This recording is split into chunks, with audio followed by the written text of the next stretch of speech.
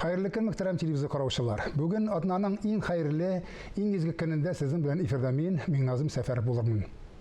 Без еш кына язучыларыбыз күп, артистларыбыз чамадан тыш ишәйде дип зарланырга яратабыз. Күпсенмик.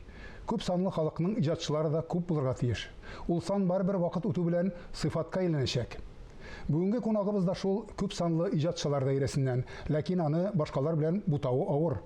Ул татар көйләрен, татар халкының борынгыдан сакланып килгән гореф-гадәтләрен заманча музыкага сала.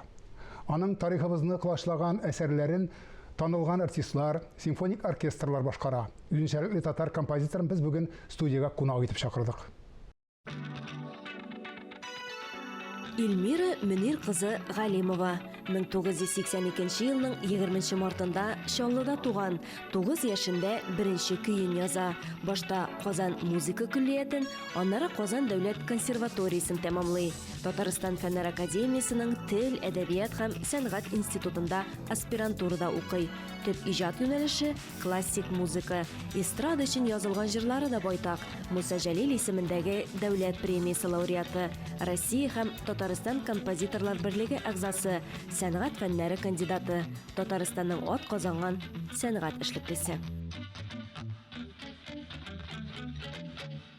Хайырлы көн, Илмира ханым. Хайырлы көннәр. Без балачакта бер кыз бала җыр чыгарган, багышлап әнисенә дип җырлыйдыр идек без, әйме? Бу сезнең хакта язылган җырдыр инде, әйме? Чөнки белүемчә сез 9 яшыгызда әнигезгә багышлап җыр чыгаргансыз икән шул хакта. Дөресме? Шуннан да дөрес хәл бу, ләкин төзәтмәгенә бераз кертеп аласым килә. Ул вакытта инде Татарстан яшьләре газетасын инде бөтен халык яратып укыйдыр. Һәм мин дә кичкенә генә кызчык булсам да, әлеге гәҗитне көтеп аладыр. Атна саен һәм менә шунда инде Әхмәт Рәшит сүзләренә ана сагышы дигән текст кайтып төште. Һәм шигырь, әйе. Һәм менә мин шуны укыгач, минем күңелемдә шушы беренче ки туды. Һәм менә аны бүгенге көндә инде башкарып булсаң, шуннан да 9 яшьлек бала моны язды микән дигән ой туа, чөнки күп кенә артистларыбызга да җырлау күрсәткәнем булды. Бала вакытта язган бу карамастан, әйме? Сөйләшеп утырган вакытта. Алар әйтәләр, ничек инде шундый менә өлгергән көйне, өлгергән көй, тирән фикерле көй булып чыккан, бу 9 яшьлек баланың күңелендә ничек мондый көй булган дип, алар инде гаҗәпләнеп сөйләшеп утырдык. Шуңа күрә шуннан да инде мин аны әниемә карата дип язмадым.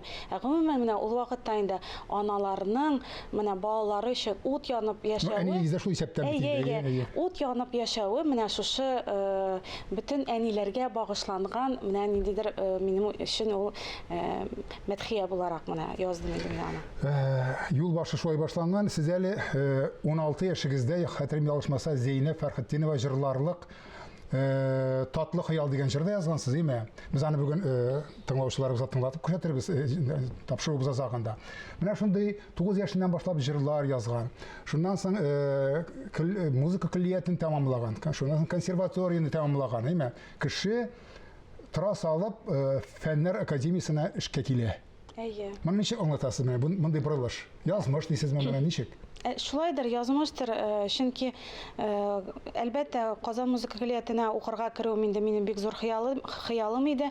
Укып бетергәч консерваторияга инде композитор юнәлешен буенча бит инде укырга керәсем килде, чөнки минем әле вокал бүлегенә керергә дә мөмкинчелегем бар иде, чөнки көллиятта мин 2 факультетта укыдым.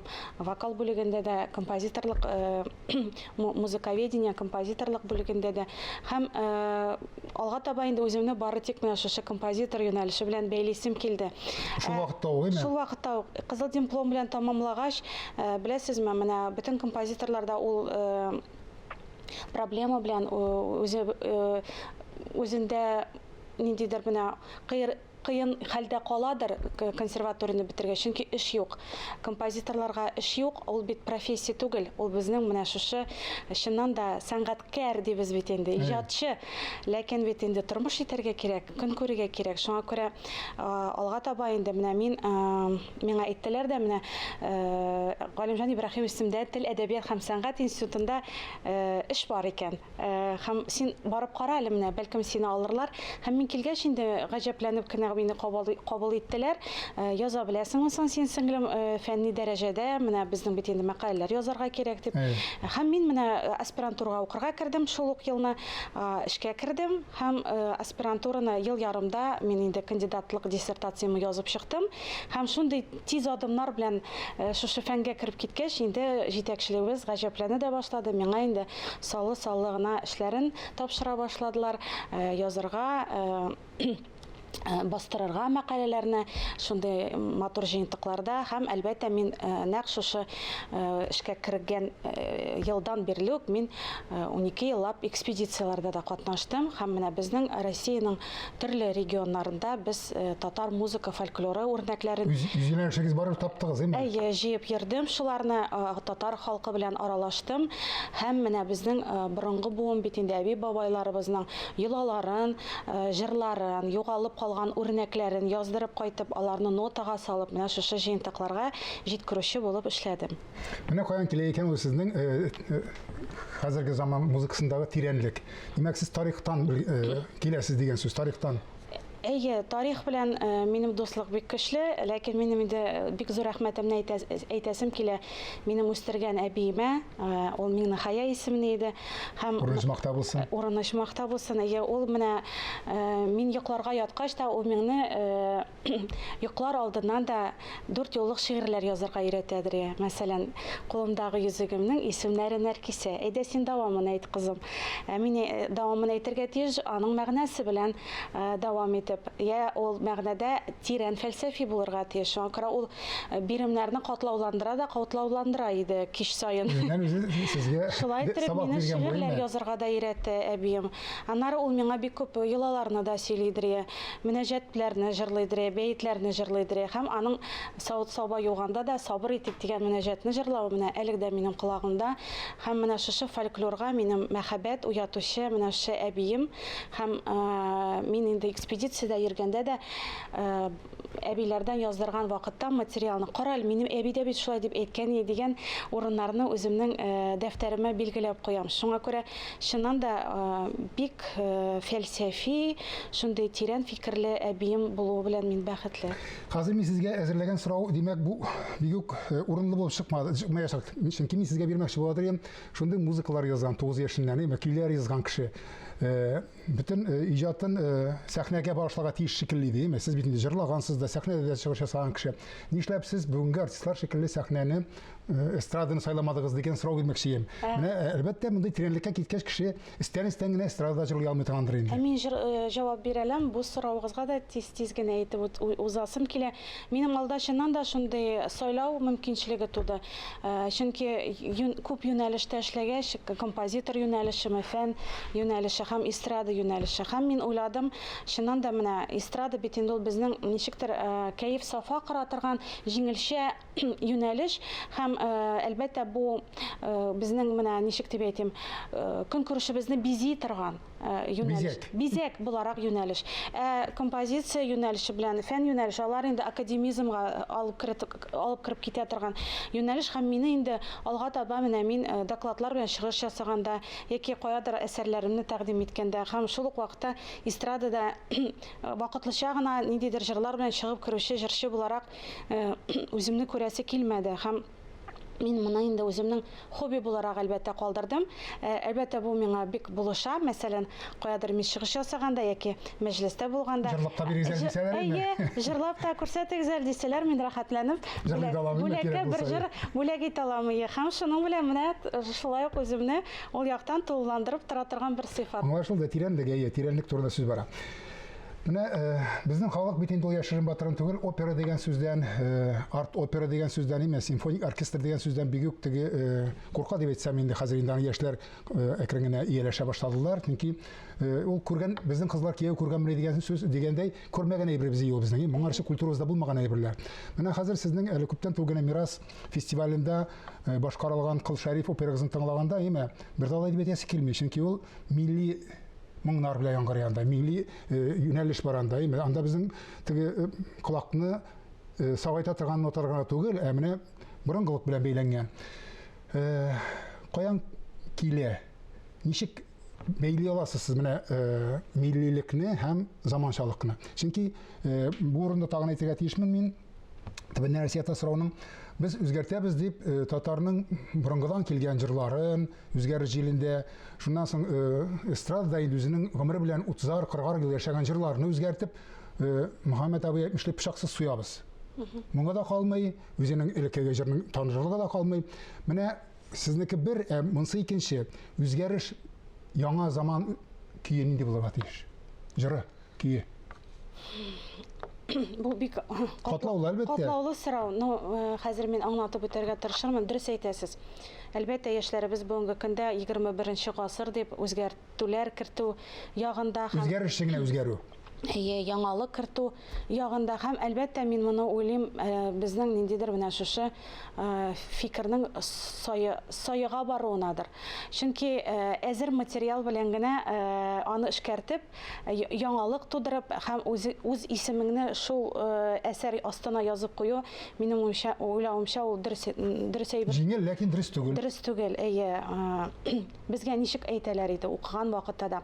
Без бит укыган вакытта язып карыйдыр, менә стилизация форматында Чайковский кебек тә яздырып карыйлар, безне Скрябин кебек тә төрле стильдә Бетховен, анда Моцарт, Бах полифония әсәрләрен һәм без аларны иҗат итәдерик, шуларга ошатып. Ләкин моның нәрсәдә асылы ята? Безнең укытучыларыбыз һәрберебезгә әйтәләр иде, үз йөзегез булсын. Музыкада үз йөзегезне тапмасагыз, сезнең иҗат юлыгыз булмаячак. Сез тарихта калмаячаксыз. Һәм менә бу сүзләр минем өчен менә бер девиз булып тора. Шуңа күрә әлбәттә менә мин әйтәм, экспедициядә йөрдем, күп материаллар җыйдым һәм миңа күбесе шул вакытта әйләндереп сорауны бирәләр. Алайса шуңа күрә инде син шуларны кулланасың да, шуларны кертеп җибәрәсеңдер әсәрләренә, шуңа күрә синең әсәрләрең миллидер дип. Стилизация ясыйсыңдыр син аларга ошатып дип. Алай түгел. Чөнки милли итеп язар өчен менә әйттем бит инде, бала чактан күңелеңә, йөрәгең аша уздырырга тиеш син аны. Шул чакта гына син үзеңнең вариантыңны бирә аласың. Кыл Шәрифкә килгәндә инде менә дәвам итеп инде бу сорауны. Кыл Шәриф ул шулай ук менә шундый әсәр, мин аны Татарстанның СССРның 100 еллыгына багышланган грантлар проекты чыккан иде һәм анда безнең төрле юнәлештә әдәби әсәрләр, музыкаль әсәрләр һәм төрле жанрларга язылган әсәрләр, яңа әсәрләр тудырырга дигән максат куелган ел грантта. Һәм мин инде менә шушы катлаулы жанр, опера жанрына үземнең заявканы биреп караган идем. Һәм менә шушы Кыл Шәриф операсы әлеге грант аша финалга үтте. Һәм аның бик максаты катлаулы иде. 5 ай эчендә операны язып чыгарга. 5 ай эчендә операның партитурасын Мәдәният министрлыгына тапшырырга. Һәм мин шул вакытта җиңдем дә, сөендем дә, киендем дә. Чөнки рамкалар куелды. 5 айда аны язырга кирәк, ничек язып чыгарга? Иҗат бит ул. Эштә дә эшләргә кирәк, иҗат та итәргә кирәк. Ләкин менә Худайның бирмеше, рәхмәте белән безгә инде илгә килгән зур кайгы булса да, пандемия чоры башланды ул вакытта. 20-нче ел иде бу, 2020 ел һәм пандемия вакытында безне өйдән эшләргә күчерделәр. Форсат чыкты, әйме? Шундый форматка күчерделәр һәм мин йокламыйча 2 генә сәгать йоклыйдым. Менә шу 5 айны йокламыйча әлеге әсәрне яздым. Һәм партитурасын май ахырында тапшырдым Мәдәният министрлыгына. Ләкин менә инде 4 ел ул шушы партитура беркемгә дә кирәк түгел дип әйтсәм инде. Онытылды, әйме? Катырак яңгырар микән? Ләкин шулайрак, чөнки исламның 1100 еллыгы да булды, тәкъдим итеп караган идем куярга. Чөнки нәкъ шушы форсатка туры килә торган әсәр безнең Казан ханлыгының, татар халкының шундый шәхесе, Сәйид образы, Кыл Шәриф турында язылган музыкаль әсәр юк һәм аның бу әсәрнең идеологиясе да бик көчле. Бүгенге дөньяви сәясәткә туры килә торган. Безгә менә хәзер берләшү җитми. Безгә менә хәзер үзебезнең татар халкының тамырлары саклансын өчен, йолалары балалар белсен өчен, киләчәк буын патриотик рухтар яшәсен өчен менә нәкъ хәзерге вакытта кирәкле әсәр бу. Чөнки Кол Шәриф образы бу операда менә татар халкының язмышы турында, гаиләнең кыйммәтләре турында һәм үзенең гомерен дә жәлләми торган шәхес буларак һәм үзенең шәкертләрен дә әлеге юлга кертүче татар халкының бәйсезлеге өчен, аның киләчәге өчен менә шундый Җанын фида кылган кеше. җанын фида кылган образ бу операда бирелә. Сезне тыңлаган тамашачыларыбызның күңелендә Кол Шәрифне тыңлап карыйсы килгән кешеләр кайтап булгандыр. Инде Алла берсе насыйп булсын шулай. Тапшыруыбыз азагына якынлашты.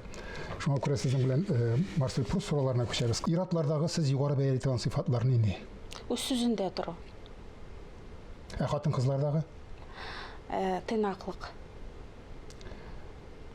яраткан шөгылегез музыкадан кала. ашарга әзерләү хәзер. Яраткан композиторларыгыз. Мин бу сорауны белмичә калам. Шулаймы, Рөстәм Яхин, Мансур Музафаров һәм рус классик композиторларыбызны алсак, Петр Ильич Чайковский һәм Шостакович. Тормыш девизыгыз. Үз-үзеңә тугры калу. Рәхмәт, шулай булыгыз, үзегезнең иҗатыгызга тугры калыгыз, үзегезгә тугры калыгыз, халкыгызга тугры калыгыз. Шулай иҗат итәргә яссын Алла Таала. Рәхмәт бик зур чакыруыгыз өчен, бик зур рәхмәт.